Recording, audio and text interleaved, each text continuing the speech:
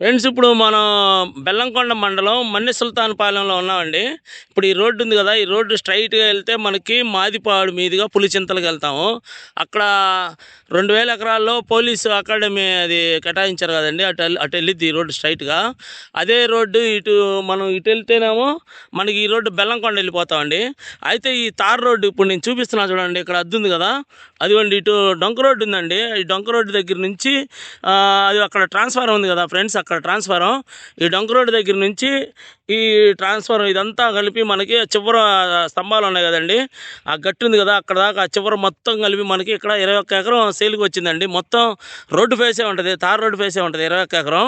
ఇది మొత్తం మనకి ఇక్కడ సేల్కి వచ్చిందండి. లోపల వచ్చేసి మనకి 3 బోర్లు ఉన్నాయండి, అలా బావి ఒకటి ఉంది. మొత్తం వ్యవసాయ భూమి అండి ఇది 21 ఎకరం.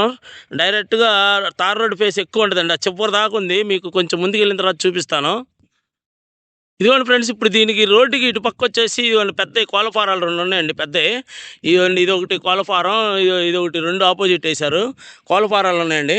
ఇదిగోండి ఇప్పుడు మీకు చేయని అద్దు చూపిస్తాను. ఇదిగోండి ఇప్పుడు ఆ చివర ఆ స్తంభాలు ఉన్నాయి చూడండి ఫ్రెండ్స్, అక్కడ చెట్లు ఉన్నాయి కదా పెద్ద చెట్లు, ఆ చివరి నుంచి అండి మొత్తం ఇదంతా 21 ఎకరం అండి.